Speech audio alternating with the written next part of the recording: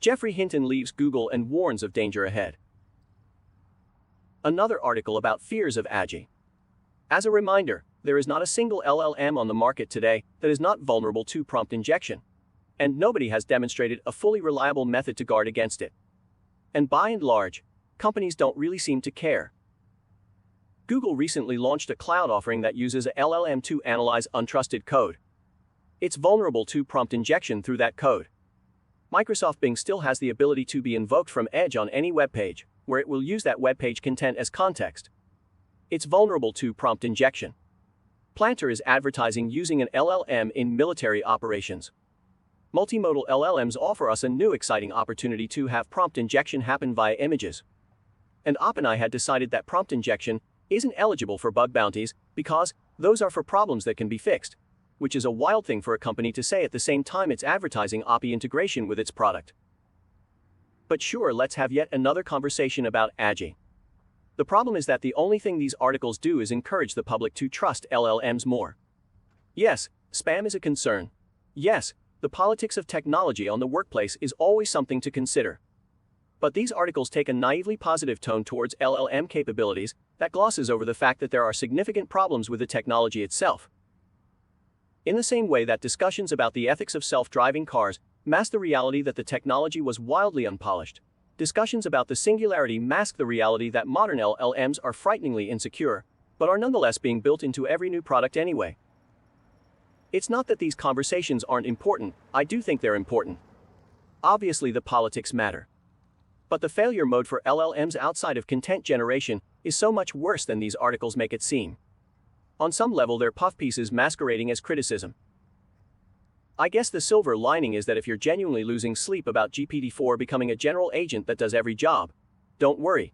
That'll only last until it gets someone's bank account emptied, or until some enemy combatant uses prompt injection to get a drone to bomb a different target. Unless this security problem gets solved, but none of the companies seem to care that much about security, or view it as a blocker for launching whatever new product they have to try and drive up stock price, or grab VC funding. So I'm not really holding my breath on that. There is one system, also widely deployed other than LLMs, that's well known to be vulnerable to prompt injection. Humans. Prompt injection isn't something you can solve. Security people are sometimes pushing things beyond sense or reason, but even they won't be able to fix that one. Not without overhauling our understanding of fundamental reality in the process. The distinction between code and data, between a control plane and data plane, is a fake one, something we pretend exists, or believe exists when we don't yet know better, and keep up by building systems that try to enforce it. There is no such distinction at the fundamental level though. At systems level, there is no such distinction in LLMs, and there is no such distinction in human mind. Sure, current bleed of LLMs is badly vulnerable to some trivial prompt injections, but I think a good analogy would be a 4-year-old kid. They will believe anything you say if you insist hard enough, because you're an adult, and they're a small kid, and they don't know better. A big part of growing up is learning to ignore random prompts from the environment. But an adult can still be prompt injected, i.e. manipulated, social engineered. It just takes a lot more effort. The idea that this stuff could actually get smarter than people, a few people believed that, said Hinton to the NYT. But most people thought it was way off. And I thought it was way off. I thought it was 30 to 50 years or even longer away. Obviously, I no longer think that. Calculators are smarter than humans in calculating. What does he mean by that? This quote is the first thing I've seen that really makes me worried. I don't think of chat as being smart at all, and comparing it to a human seems nonsensical to me.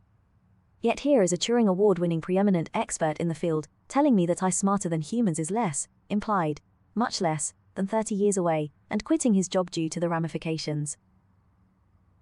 I think GPT-4 can converse on any subject at all, as well as a, let's say, 80 IQ human. On some subjects, it can converse much better. That feels fundamentally different than a calculator. The average person will not be able to know what is true anymore. We barely held things together as society without AI unleashing cognitive noise at industrial scale. Somehow we must find ways to rechannel the potential of digital technology for the betterment of society, not its annihilation.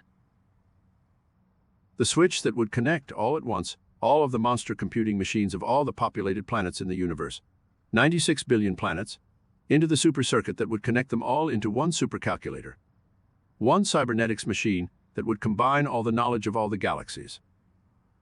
Dwayne spoke briefly to the watching and listening trillions. Then, after a moment's silence, he said, "Now, Dwayne threw the switch." There was a mighty hum, the surge of power from 96 billion planets. Lights flashed and quieted along the miles-long panel. Dwayne stepped back and drew a deep breath. "The honor of asking the first question is yours, Dwayne." "Thank you," said Dwayne. "It shall be a question which no single cybernetics machine has been able to answer." He turned to face the machine. "Is there a God?" The mighty voice answered without hesitation, without the clicking of a single relay. "Yes, now there is a God." Sudden fear flashed on the face of Dwayne. He leapt to grab the switch. A bolt of lightning from the cloudless sky struck him down and fused the switch shut. "Frederick Brown, answer." I used to be fairly unconcerned about AI being dangerous. But part of the Yudkowsky interview on Lex Fridman's podcast changed my mind. The disconnect for me is that Yudkowsky posits that the AIs will be fully alive, thinking millions of times faster than humans, and that there will be millions of them. This is too big of a speculative leap for me. What I can fairly easily imagine in the next few years with improved hardware is something like an open version of Chapt that has a 200 IQ and thinks 100 times faster than a human. Then Yudkowsky's example still basically applies. Imagine that the work on making these things more and more lifelike and human-like continues with things like cognitive architecture, etc. So people are running them in continuous loops rather than to answer a single query. Take the perspective of one of these things. You think 100 times faster than a person. That means that if it takes 30 seconds for a user to respond or to give you your next instruction, you are waiting 3,000 seconds in your loop. For 50 minutes. It means that to you, people move in extreme slow motion, so at a glance, they seem frozen. And many are working as quickly as possible to make these systems more and more lifelike. So eventually you get agents that have self-preservation and reproductive instincts. Even without that, they already have almost full autonomy in achieving their goals with something like a modified autopt. At some point, multiplying the IQ x speed x number of agents, you get to a point where there is no way you can respond quickly enough, which will actually be in slow motion, to what they are doing. So you lose control to these agents. I think the only way to prevent that is to limit the performance of the hardware. For example, the next paradigm might be some kind of crossbar arrays, memristors or something, and that could get you 100x efficiency and speed improvements or more. I believe that we need to pick a stopping point, maybe x times more speed for AI inference, and make it illegal to build hardware faster than that. I believe that governments might do that for civilians, but unless there is some geopolitical breakthrough, they may continue in private to try to maintain an edge with ever speedier, more powerful AI, and that will eventually inevitably escape. But it doesn't take much more exponential progress for the speed of thought to be potentially dangerous. That's the part people don't get, which is how quickly the performance of compute can, and likely will increase. It's like building a digital version of the Flash. Think super hot, but the enemies move 10x slower, so you can barely see them move. We're barely scraping the surface when it comes to understanding the future dangers of AI. Geoffrey Hinton is uniquely positioned to point out where the dangers are. And from what I've gleaned from interviews, one of his main concerns is the use of AI in the military. Fully autonomous military robots might not be possible to curtail. The tried and tested method is international agreements. The current focus on arms race and militarily subduing enemies does not give much hope, however. Still, global binding agreements are likely where the solution lies, IMO. Both in this case and others, where some types of weapons are too dangerous to use, so let's not give up on that so easily. There is such a blurry line for autonomous munitions. Militaries used dumb, imprecise munitions for decades. Then precision weapons. A2A missiles used to lock on radar signature, leading to huge risks related to accidentally shooting airliners' friendly craft.